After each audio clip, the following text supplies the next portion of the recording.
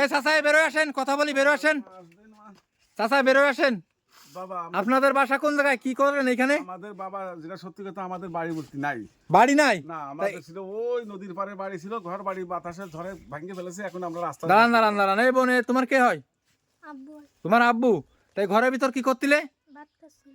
ভাত খাচ্ছিলে? এটা কি তোমাদের বাসা?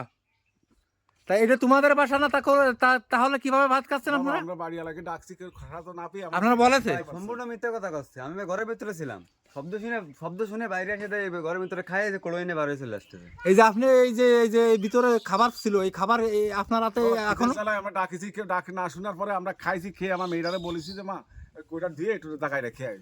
মানে খাবার পরে তারপরে কোড়োটা ধুয়ে আবার আপনারা জায়গায় রাখবেন, এই জন্য ওই করতেছেন? জি বাবা। আপনাদের এর ভিতরে কি আছে? বাবা আমরা ওই গরিব মানুষ তো, মানুষ সহযোগিতা থেকে সাহায্য। আপনার কাছে শুনবো না, দাঁড়ান।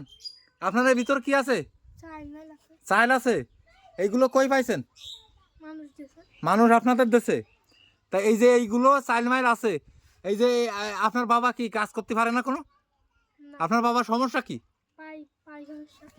পায় সমস্যা কতদিন ধরে হচ্ছে? আমি আমি ছোট থেকে দেখে আসতেছি পাই। তুমি ছোট থেকে দেখে আসতেছো পায় সমস্যা?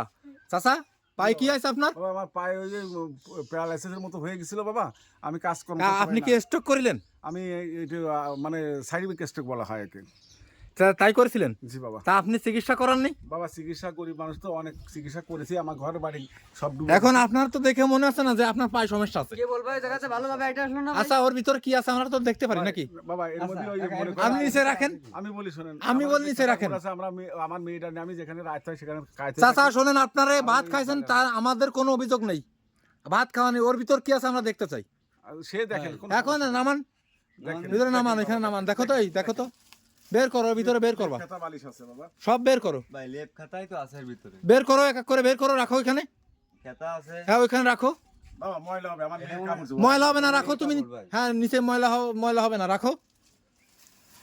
যদি সত্যতা প্রমাণ হয় আমরা নিজেরাই কাপড় কিনে দেবো আপনাদের, সমস্যা নাই। কি বলেছি?